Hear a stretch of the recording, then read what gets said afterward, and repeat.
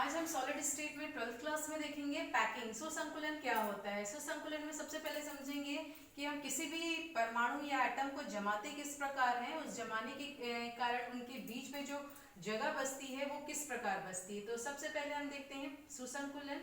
तो इसमें हम देखेंगे कि समन्वय संख्या क्या होती है, उसको देखेंगे। तो पैकिंग वह होती है कि जैसे परमाणु को हमने अरेंज किया, रखा, उसके बीच में हम दूसरे परमाणु को रखते हैं, तो वह परमाणु कितने अन्य परमाणु को छूता है या टच करता है, नियरेस्ट नंबर क्या है, वही उसकी क्या कहलाती है, कोऑर्डिनेट नंबर कहलाती है। पैकिंग मतलब संकुलन, एक दूसरे को जमाना। वह जमाने के साथ एक परमाणु दूसरे परमाणु में कितने परमाणु को छूता है, वही उसकी कोऑर्डिनेट नंबर कहलाता है। ये अरेंजमेंट तीन प्रकार की होती है। सबसे फर्स्ट होता है फर्स्ट डी, दूसरा होता है सेकंड डी और तीसरा होता है थ्री डी पैकिंग होता है। फर्स्ट डी पैकिंग क्या होती है, इसमें एक लाइन में अरेंजमेंट होता है। जैसे बिंदुवार संरचना है, परमाणु इस प्रकार अरेंजमेंट होता है, सेम इसी प्रकार दूसरे परमाणु अरेंजमेंट रहेंगे। अब ये एक परमाणु दूसरे परमाणु का, जैसे मैंने सिंगल लाइन में बनाई तो एक ही लाइन में अरेंजमेंट रहेगा, एक लाइन में अरेंजमेंट। तो ये परमाणु कितने अन्य परमाणु को छू रहा है, तो ये दो परमाणु को छू रहा है, अर्थात इसकी कोऑर्डिनेट नंबर कितनी होगी, दो। नियरेस्ट नेबर कितनी होगी, दो। ये इसकी समन्वय संख्या होगी। पैकिंग एक दूसरे को अरेंज करना। उसके बाद आता है 2D डायमेंशन। ये दो प्रकार का होता है, एक होता है 2D स्क्वायर पैकिंग, दूसरा होता है 2D हेक्सागोनल। आते हैं हम 2D स्क्वायर पैकिंग कैसा होता है, एक गोले के नीचे दूसरा गोले को अरेंज करना। जैसे मैंने फर्स्ट लाइन एक्स एक्सिस मान लूं, दूसरा वाई एक्सिस मान लूं, जस्ट फर्स्ट गोले के नीचे दूसरा गोला या फर्स्ट एटम के नीचे दूसरा एटम को रखना, ये होता है 3D स्क्वायर पैकिंग। और मैं किसी भी एक एटम को देखूं तो वह कितने अन्य एटम को टच कर रहा है, एक दो तीन चार, चार एटम को टच कर रहा है। इसका कोऑर्डिनेट नंबर या समन्वय संख्या 4 होगी, या नियरेस्ट नेबर नंबर कितना होगा, वो भी 4 होगी। इस प्रकार ये स्क्वायर होगा 2D। अगला आता है 2D हेक्सागोनल पैकिंग। अब हमने क्या किया, फर्स्ट लाइन ऐसा अरेंज की, पहला एटम दूसरा एटम के जस्ट दोनों एटम के बीच में अन्य एटम को अरेंज किया, इस प्रकार का। अब वो किस प्रकार हेक्सागोनल, हेक्सा के फॉर्म में अरेंजमेंट होगा, 1 2 3 4 5 6 6 हुई हेक्सागोनल फॉर्म। यानी प्रत्येक कितने एटम को टच करेगा, 1 2 3 4 5 6, टोटल कोऑर्डिनेट नंबर कितनी हुई, 6। इस प्रकार की जो अरेंजमेंट होती है वो कहलाती है 2D hexagonal packing.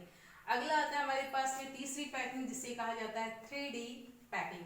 3D packing ये तीन प्रकार की होती है। फर्स्ट होता है 3D स्क्वायर पैकिंग, दूसरा होता है 3D हेक्सागोनल क्लोज पैकिंग, और चौथा होता है 3D फेस सेंटर्ड या CCP प्रकार की पैकिंग। सबसे पहले देखते हैं स्क्वायर पैकिंग क्या होती है। इसमें ए टाइप की संरचना होती है। जैसे अरेंजमेंट क्या था, फर्स्ट एटम दूसरा एटम, इस प्रकार फर्स्ट एटम के ऊपर दूसरा एटम अरेंजमेंट रहता है। जैसे हमने एक लाइन इसी के ऊपर, जस्ट जैसे एक बॉल है उसके ऊपर मैंने दूसरा बॉल रखा, इस प्रकार का एक्सिस। जैसे मैंने अभी इसमें बताया था, तो इसमें एक्स और वाई एक्सिस था 2D में।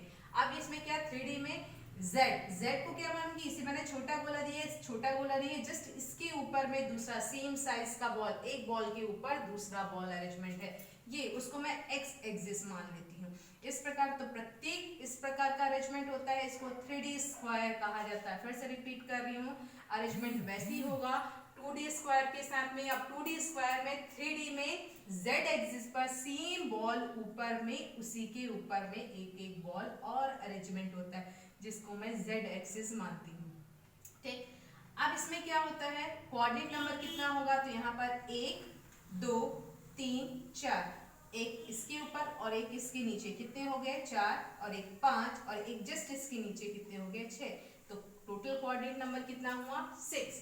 इस प्रकार 3D स्क्वायर पैकिंग। अगला आता है मेरे पास 3D हेक्सागोनल क्लोज पैकिंग। इसमें संरचना होती है ए बी टाइप की। ए हमारे पास में वही होगा 3D स्क्वायर, ए बी जो होगा, ए हमारे पास में 2D हेक्सागोनल की पैकिंग होगी। 2D हेक्सागोनल की पैकिंग, इस प्रकार की पैकिंग मैंने इस प्रकार रख दिया है, हेक्सागोनल ए। मैंने थोड़ा इसको दूर दूर रखा है, क्लोज पैकिंग ही रहता है, दूर दूर नहीं होता है।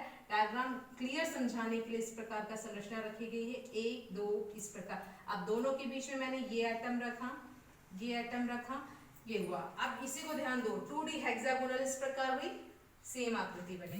ये हुआ ए टाइप की, अर्थात ये पूरी ए टाइप की पैकिंग। अब बी टाइप की पैकिंग कैसे होगी? ये दोनों के बीच में जो वॉइड्स बन रहा है टेट्राहेड्रल, अब यहाँ देखो ट्राइगोनल मैंने बोला, ये दोनों के बीच में जो आकृति बन रही है 3 गोलों के लिए ट्राइगोनल वॉइड्स बन रही है। अब इसी में यदि एक गोला पीछे की ओर रहता है, इसके जस्ट पीछे की ओर एक गोला होगा, तो इसके बीच में जो रिक्तियां बनी 4 गोलों की बनी, तो उसे क्या बोलेंगे? Tetrahedral voids. ये टेट्राहेड्रल वॉइड्स है।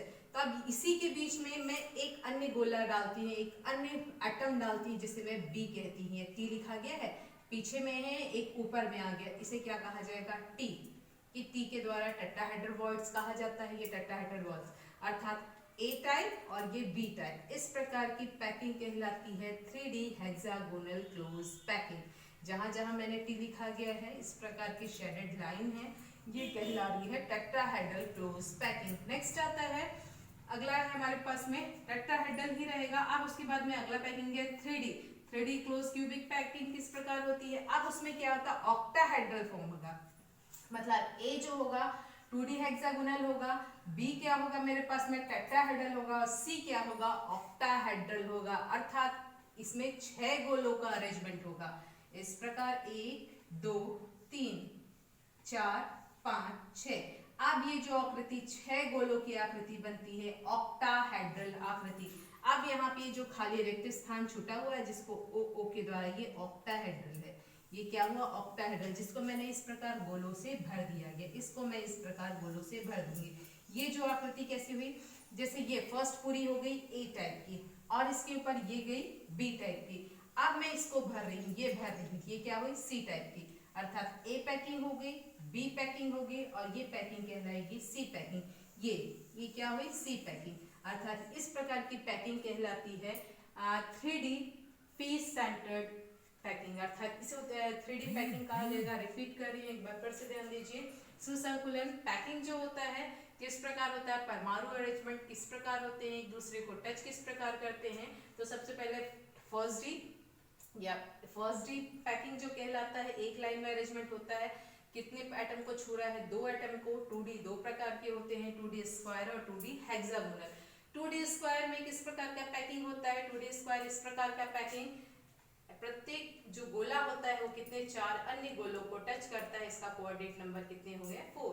नेक्स्ट आता है 2D हेक्सागोनल पैकिंग, इसमें कितने? कोऑर्डिनेट नंबर कितना हुआ? 6।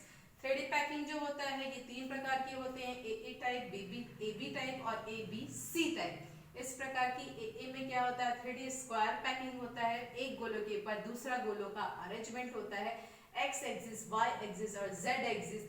इस प्रकार का अरेंजमेंट 3D कहलाता है, 3D स्क्वायर पैकिंग कहलाता है। AB टाइप का, अर्थात ए जो रहेगा 2D हेक्सागोनल पैकिंग, और जो बी होता है टेट्राहेड्रल पैकिंग कहलाता है। ट्राइगोनल ये रहा, इसके पीछे में एक बॉल आ गया, वो हो जाएगा टेट्राहेड्रल। ये टेट्राहेड्रल के बीच में जो वॉइड्स बनता है वो कहलाता है टेट्राहेड्रल, या AB टाइप का कहलाता है। उस बी के बाद में जो रिक्त स्थान बच गया वो कहलाता है ऑक्टाहेड्रल पैकिंग। इसी प्रकार हमने ये सॉलिड स्टेट में भी पैकिंग देखी है। फिर अगले बार हम देखेंगे ठोसों में त्रुटि कैसे होते हैं। अगला वीडियो बाद में देखेंगे।